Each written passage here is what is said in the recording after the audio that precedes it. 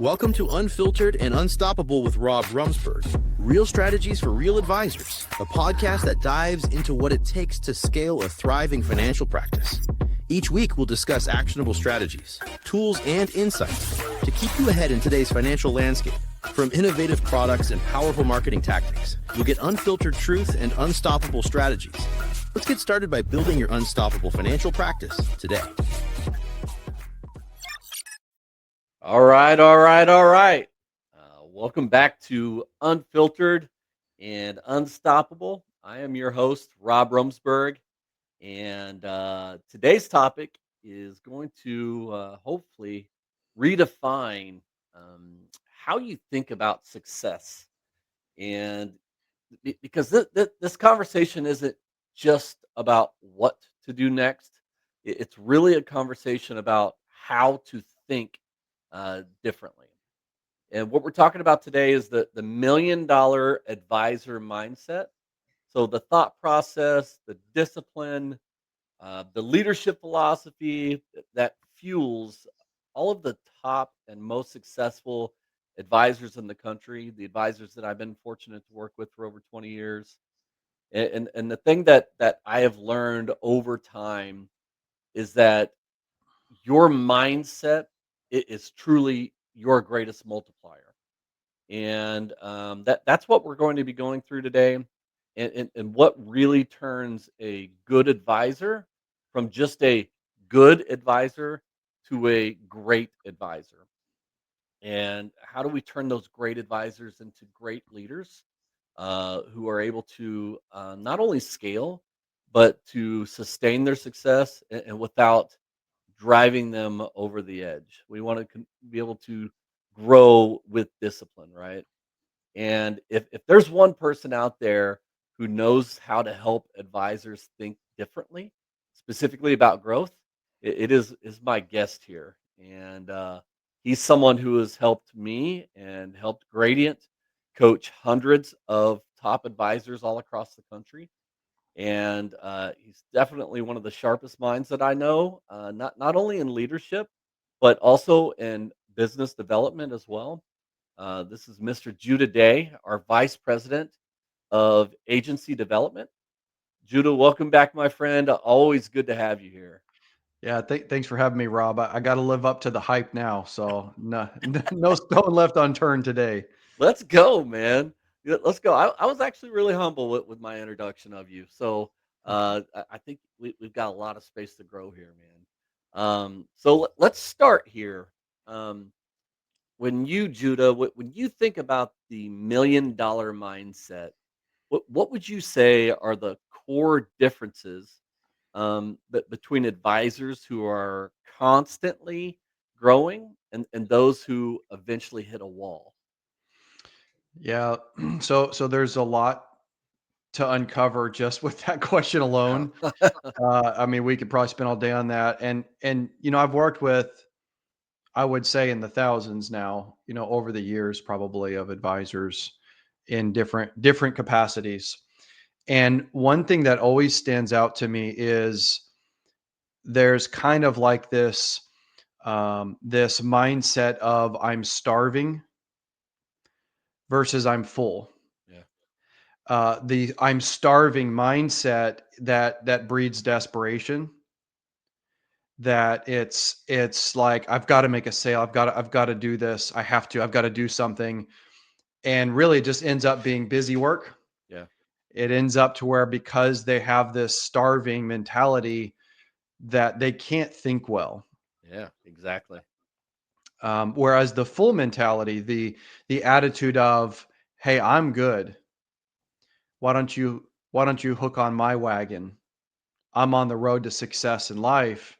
You want to jump in with me?" That mentality alone can have a significant impact. It reminds me of something my dad would tell me, and you knew my dad, Rob. Yeah. Like, he's like the wisest dude ever. 100%. He's got to write a book at some point, but he would tell me people can tell when I'm desperate. I got to make the sale. And that is a mindset, because I remember a period of time I was just as broke, but yet I was like, I don't need this one. There's another one after this one. Mhm. And that helped me have the confidence to kind of move forward. So just being productive, knowing what you're working towards, I'm full, but I love doing what I'm doing. I can help you. That mindset really has helped advisors over the years to move forward and do things the way they need to. I love it, man. I think we're talking a little bit about, humble confidence, right? Yes. Um, and the thing that's so great about that is that you find that belief drives behavior, right? So the belief of, yes, I want to earn this business, but as well, yes, this particular prospect is fortunate to be working with me because I am going to be serving them and putting them in a much better position than they are today. And just having that mindset and that understanding. And that's also the difference between working in your business and thinking above it, right? Um, uh, and one of the things, so I coach my son's basketball and soccer and my daughter's soccer. One of the things that I'm always talking to them about is a mindset. Mindset's not just the advantage, right? It's the accelerator. It's what Mhm. drives you to that next level. And that's this is such a great strong way to start, man, because every advisor out there, at least I hope that's listening, it's not the market that limits them, really their mindset. And so we're going to go through some ways to break through that limiting mindset here today. And you kind of touched on this a little bit. One of the biggest traps that I have ever seen in this business is the illusion of productivity.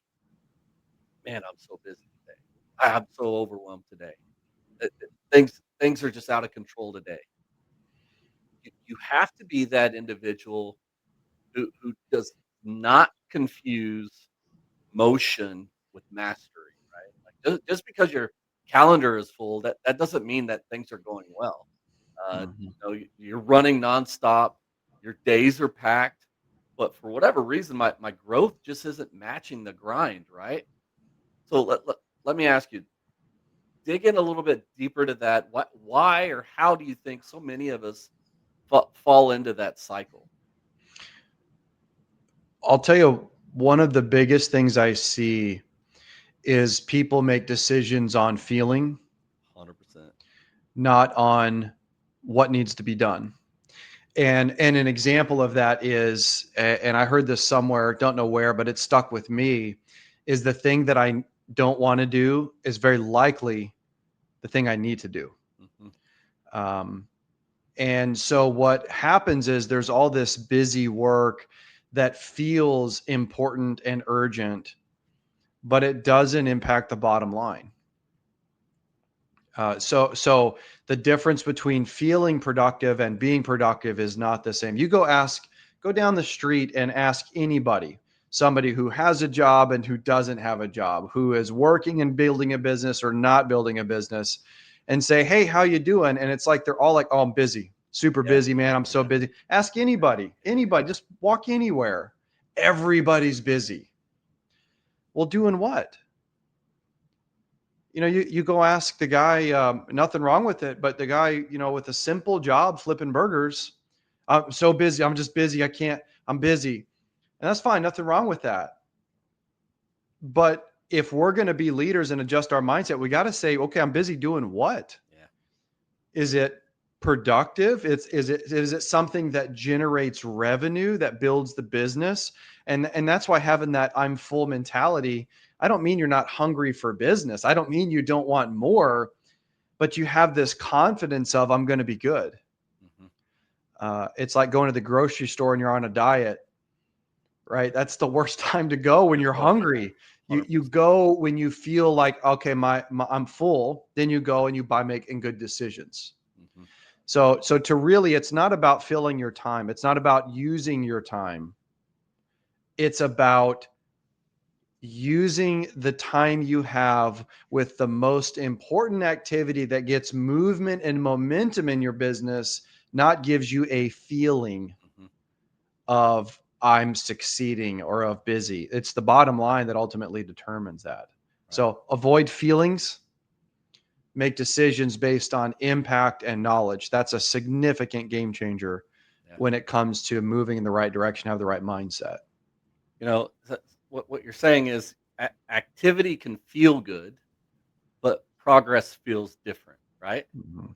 And what I have found over the years is that those advisors that have the most difficult time delegating, it's simply because they like that feeling of being busy. Mhm. That's 100% it. It's not necessarily I don't trust him or I don't trust her, but like, man, what am I going to do if I'm no longer handling this? What am I going to do if I let this go out of my hands? And that's how you scale, because you can't scale chaos, right? If you are holding on to every single thing, especially those non-revenue generating items, you're not going to scale. And the thing is also, if you in your firm, you are the one that's always reacting, you're not leading. You're not leading. If your hands are touching every single thing that's going on in that office, you're not leading. And the thing is that all of the top advisors out there, they aren't just filling time, they design it, they control it. They are the ones in charge. They are always finding ways to make room for strategy, for thinking, for leadership. That's what's on their calendar. That's what they're looking for. And Mhm. so the shift from production mode to a performance mindset, that's what we're talking about here today. Yeah, I agree, Rob. And one of the things that I heard, the chairman say, Mhm. and I think it's really true if you're trying to scale and grow, is try to work yourself out of a job. Yes. Great Yes. statement. Work yourself out of a job, because if I can keep delegating and keep removing things off of my plate, and it'll never work. See, a small mindset, a narrow mindset says, well, if somebody can do what I can do, then they don't need me or they won't work with me. That's such a small person mindset. It Short-sighted for has to sure. be me. If it's going to be done right, it's got to be me. Imagine if Elon or Yeah. the best leaders of our era had that mindset. Yeah. Nothing would get done. They wouldn't have these companies. Chairman wouldn't have a company like Gradient. Yeah. So work your way out of a job. How can you do that? How can I work my way out and get rid of the non-revenue producing items first? Yeah. That's what you get rid of. Another easy way of thinking and having the right mindset is identify your weakness, know your weakness, and hire your weakness. If somebody Yes. has your strength, it doesn't make them better than you. It just makes them better at that thing. Yes. Don't be afraid of losing your business or not being valuable. When is the chairman not valuable? Yeah. Right? He'll always be valuable. So understanding business, having that business mentality, understanding to work your way out, that just shows emotional intelligence and leadership Mhm. qualities. Yeah, and for those of you that don't know, the chairman, who we lovingly refer to on a regular basis, that's Mr. Chuck Lucius, one of our founders here at Gradient. And what it will all add onto that, Judah, is that it is absolutely remarkable how hands off Chuck is after he has provided us with his vision. Meaning, he knows us, he trusts us, he knows that we can handle it and we want to handle it. He lays out the vision and he's like, "Go get it." Yeah. There is not even a weekly check-in. I would say a monthly check-in, and he's keeping track of the numbers and the data and all of that stuff. But as far as the how and who and the what, he allows us to really take that. And so what we're hearing here is freedom doesn't come from doing more. It comes from thinking better and allowing Mhm. others to implement and really put the plan into place. So if you would give give an example of what it looks like when an advisor might finally slow down and actually start operating from clarity. Like what would that look like? So I've got right now probably 4 advisors I'm coaching that they're in this process. So I Mhm. have current live examples, one of which I had a coaching call with this morning, Yeah. okay, today. And essentially the advisor, what he had struggled with is what you kind of described. Um, I have to do it mentality. Okay. It has to be me. Things don't get done around here unless I ask about it, unless I inspect it. And having that mentality negatively affected his employees Absolutely. because they felt like they were treated like children. Hmm. They didn't have room to make mistakes. They're going to make mistakes just like you made mistakes building the business, right? That's part of working. So allowing people wiggle room like chairman does with me, Yeah. like he does with you. He allows us to screw up and adjust and change. But he has structure for us. He says, do you understand the path? If you know the path you're going, here's your guidelines and stick with that. So with this advisor, he came to the realization after about 3 coaching calls, quite frankly, is all it took. Discovery, helping him understand his strengths and weaknesses. That's important. Hmm. Coming to that realization. A lot of people don't ever really get down to that. And now he's got a junior who happens to be his son. The associate advisor is starting to produce. He's starting to do things. The advisor is scaling down. And now he's looking back and he's seeing other things he needs to work on with his time. Yeah. Now his employees feel empowered. His associate advisor is learning. He's allowing his associate advisor to get coaching to remove some bad habits that he taught him that he just didn't know he had. And their business is on the process of growing. Now we have 100 examples. Yeah. That's the exact same like that. And maybe it's not about production. I don't think everything has to be about the dollar. A lot of it should be about quality of life. Um, it's not always about make more money. Could be, but some of these guys just need help understanding how to get control of their time. Yeah. And there's lots of examples of that. There's so many examples of that. So being the leader, allowing people the grace and the respect to work within the guardrails. And then when they make a mistake, inevitably, you don't berate them. You lead them. You show them how they could have done better. You remind them of what you've trained them and then let them go. And Hmm. that's hard to do. It's not easy. Yeah. You're right. And here's the thing: everything that you just said, that's a mindset. Meaning, especially if you're a control freak. I'm a control freak. That's a mindset that you have to change. That's something that you have to continue to work on yourself on with discipline and forethought to make sure you are talking to yourself as well, because you want to be a leader, a great leader, and that mindset is going to allow you to be one.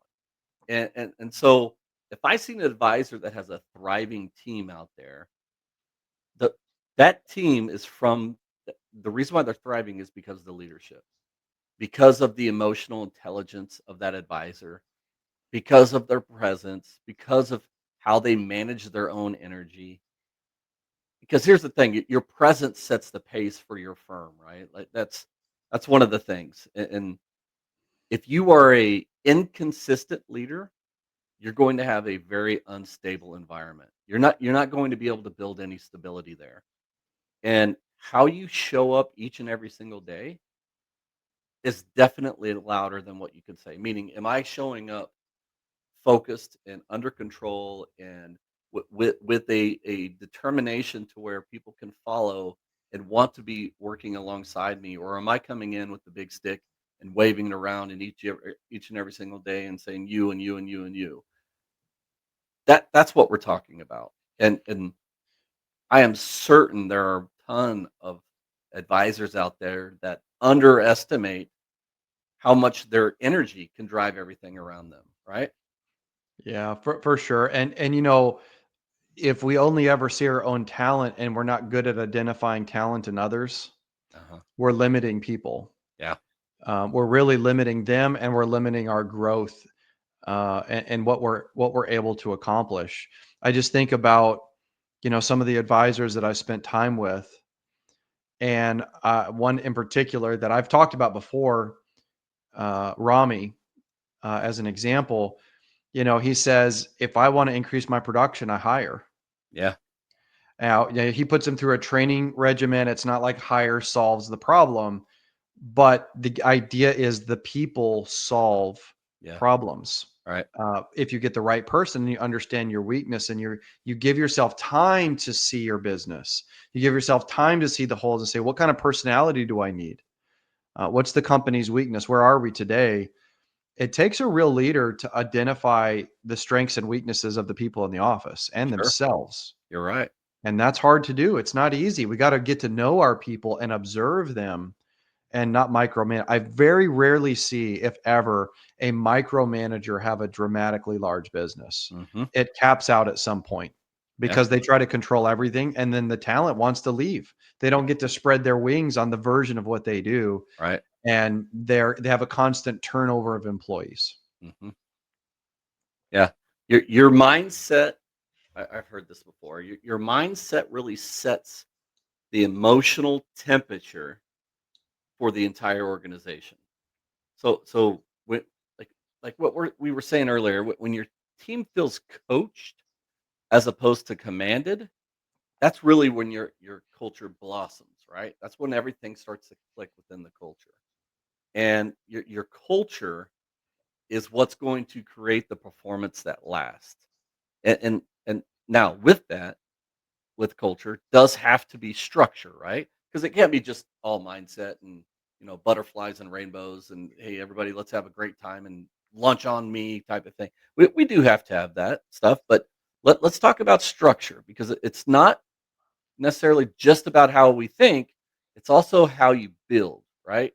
And Mhm. and, and I've heard you say this before, Judah. Systems are a reflection of belief.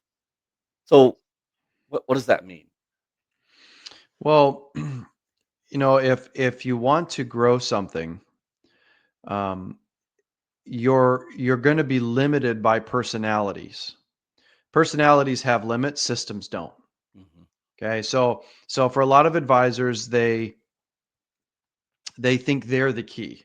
Yeah, Well, if I have to do this, but if they have the right systems in place, you can put about any personality you want to absolutely. in that position. Now, personality helps. Don't get me wrong. Hmm. Okay, you should develop, key phrases and words and things like that. But really, systems will allow you the ability to control your time, to control people without them feeling controlled, because it's just a process, it's a structure, it's a system, and really ultimately get clients to do what you need them to do as well. Yeah, They don't know how this is supposed to go.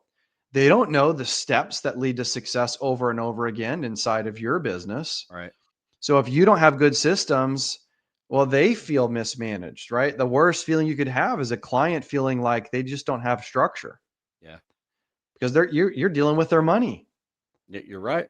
They have to feel that way. So systems, and one statement that I've been using a lot in my coaching and helping advisors understand this is that systems can create boredom, but boredom leads to success. Hmm. Because if my system is so perfect that I'm nearly bored doing it, awesome. Yes. I'm scaling. I'm growing. It's happening. I've got $1 million client coming in. I'm bored. I'm just going to do the same thing. Oh, you need this Roth conversion. You need this fixed index annuity. You need this. I know what to do. So the hard part is getting bored. That's the system. And then you got to have the discipline to stay bored. Right. That's hard. It I see is. so many advisors. Rob, you've seen this Yep. your whole career. They're always bouncing to the next shiny. Well, I've gotten successful. So how do I make it to the next level? I'm going to change everything I'm doing. I'm going to change from Social Security seminars to now this other thing, even though this one was working really good. Now, you've got to change, right? You have to adapt. We Yeah. all know that. But you've got to be comfortable being bored. Yeah. Systems create that. You do the same thing every day, and it just takes discipline. But Yep. systems are what create that to a degree boredom. And then you got to find excitement in other things, Yep. like accomplishing the big goal or, hitting the number, whatever it is. Um, So there's excitement in boredom. You just got to know what to look for. But Yeah. being bored is a key to proper systems.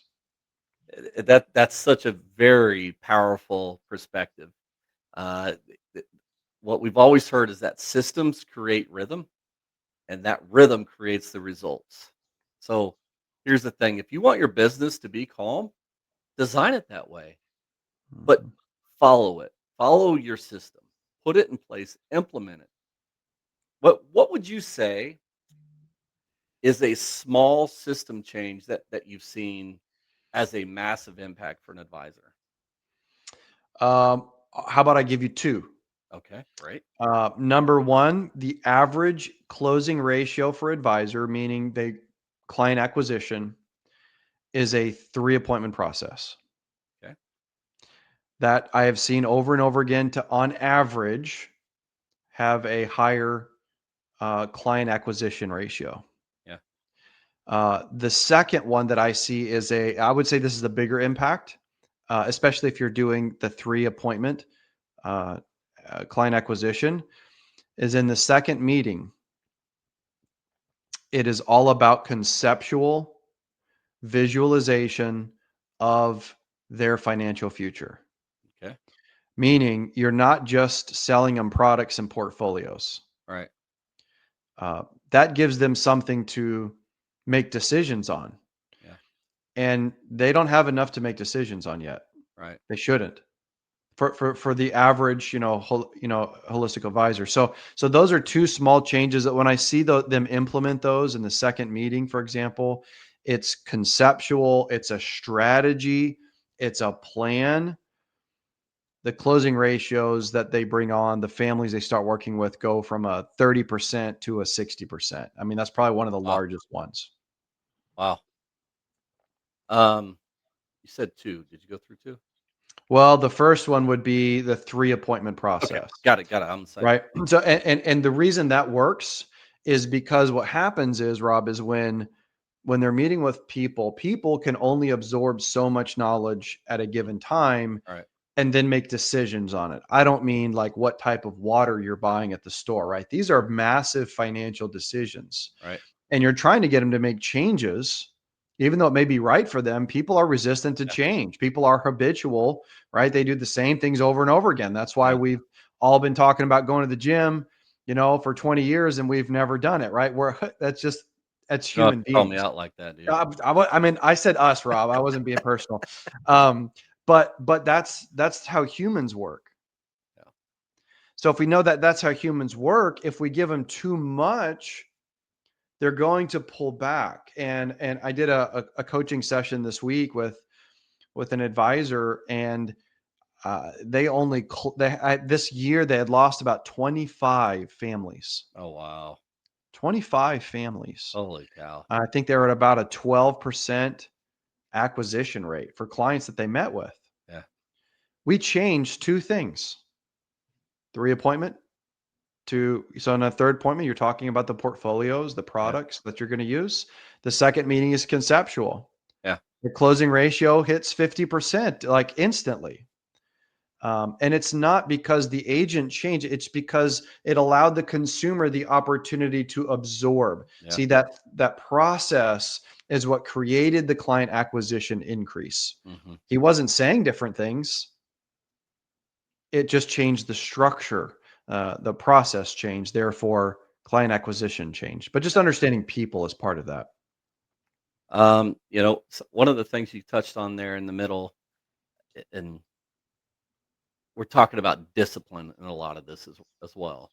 The thing that I see that I find with many high achievers is that they don't wrestle with discipline. It looks so natural to them to be disciplined in almost all areas of their life. Because here's the thing, motivation is what will get us started, right? But the discipline is what keeps you great, is what keeps everything successful. So when you're out there and you're coaching advisors, Judah, who've already received good success, how do we make sure that they stay sharp, and specifically when things start to fade a little bit and I do get bored? Yeah, that's the key, man. Because if we can If we can master this, we can master it all. Right. Uh, so many people, and I really nicely bust agents out, advisors when I see them talk about, I'm lacking motivation, and Yeah. I haven't had motivation in 20 years. What are you talking about? Right. Yeah. It's discipline, it's focus. I was talking to a young man, younger, he's in his 20s. That's young to me now. I was talking to a young man, and he's kind of entering life. So this wasn't an advisor. This was just a young man. And he's like, Judah, I don't understand. How are you doing all this? He sees me with the practice, coaching. I've got a young family. I'm always there for them, right? I'm Yeah. trying to master life. Right. And I could tell he was struggling, just mastering life. Mm-hmm. And I said, well, I'm okay with not being okay all the time. Right. There's not the voice in my head that I negotiate with. This is what needs to be done, and I do it. And I think that in business, that's the thing. You have to be okay with temporarily not being okay. Right. That's where discipline comes in. Doesn't matter how I feel when I get up. If I want to, do something, have a difficult conversation, it doesn't matter. This is what we're going to do. Yeah. I don't focus on feelings. I don't have time for that. I'd never do anything if I focused on feelings. So just removing that negotiation, Mm-hmm. the negotiation we all have, eat the salad, not the burger. See, that's a negotiation that we have with ourselves. And in business, we have to remove that negotiation that we have. Yeah. That's great stuff, man. Um, so it's almost time to already wrap this thing up. Time flies. Let's wrap it up with one of my favorite topics, which is legacy.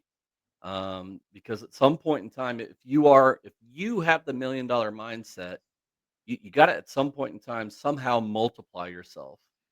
So when you're coaching advisors who've reached that level, that next level, what shifts do they have to start focusing on in order to build leaders instead of just building numbers?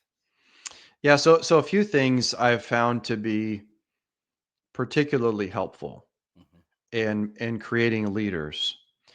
And a leader is someone who, in my mind, it's somebody who can make a mistake, learn from it, and then not do it again. Yeah. They change. So, one of the significant shifts I've had to work with advisors on is letting their future leaders make decisions, Yeah. live with the consequences, and learn from it and not crush them. Love it. It's really like raising a son to be a man, Hmm. right? If Yeah. if he avoids every bad decision and you don't let him climb the tree, you don't let him, you Yeah. know, run in the rocks, Yeah. okay, or whatever the case is, then he'll never learn through pain. Oh, I shouldn't do that. Right. But what you stop him from is climbing to the top of the rocks where it will be For detrimental, sure. Yeah. or stop him from the top of the treetop to where it's a detrimental result. So with Yeah. employees, it's keeping them within the confounds of accepted risk. And then when they do it, well, what did you learn from that? Yeah. How can we improve? What can we do better? Ah, good idea. Go do that. So that's the hardest part. And it's your money. You're the advisor. It's your Right. company. Right. So you've got to be willing to invest in people, growth, mistakes, and people learn to be leaders that way. They can't learn to be a leader if you micromanage or correct or don't let them make mistakes Hmm. or decisions. Yeah. And here's the thing: when you build leaders, your business becomes bigger than you, right? And when we're talking about building a legacy, we're building that legacy in order for your vision to outlive your calendar. And so many of us, like we've already said, been over the business in the business for over 20 years. I've seen many of our advisors go into succession planning. That's how you close that loop. That's how you turn your success into succession. Um, Judah, man, I appreciate you. Every time we sit down, I walk away with new insights, new ideas, and Honestly, man, this is a great reminder of how much leadership really matters. Is there anything that you'd like to close out with before I close this? Rob, I think we've said a lot. I think the hard part is taking action and implementing something when you learn it. Yeah. When all is said and done, a lot more is said than done. Hmm. So do something. Make a decision to change 1% per week. Small micro changes make big changes over time. Yeah. Don't beat yourself up. Just start somewhere. Begin. That's to me the biggest thing I see in leaders and change in others Yeah. is take action now, not tomorrow. I love it. Appreciate that, my friend. And if you're listening right now and you're ready to start living with that $1 million advisor mindset, just like what Judah said, here's where to begin. Reflect on your thinking. Are you leading with clarity or reacting to chaos, as we said earlier? Taking a look at your structure. Your system should reflect the leader you become, not the one you used to be. Make sure you're investing in your people, coach them, challenge them, celebrate them for sure. Make sure that you're recommitting to discipline within your firm, because here's what's going to keep you moving forward and keep you growing is discipline. That's what happens after motivation fades, because motivation always fades. If you're ready to take it deeper, you can request the $1 Million Mindset Playbook out at my website. That's simply evolvewithgradient.com/ace team. Evolvewithgradient.com/ace team. I've got a copy of what I call the $1 Million Advisor Mindset.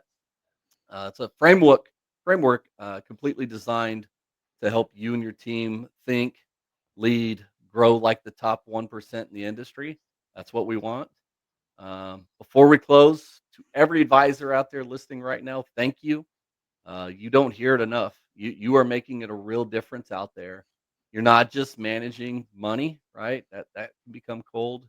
You are definitely managing peace of mind, people's emotions, and families. You are guiding these families through uncertainty, and that's what really matters.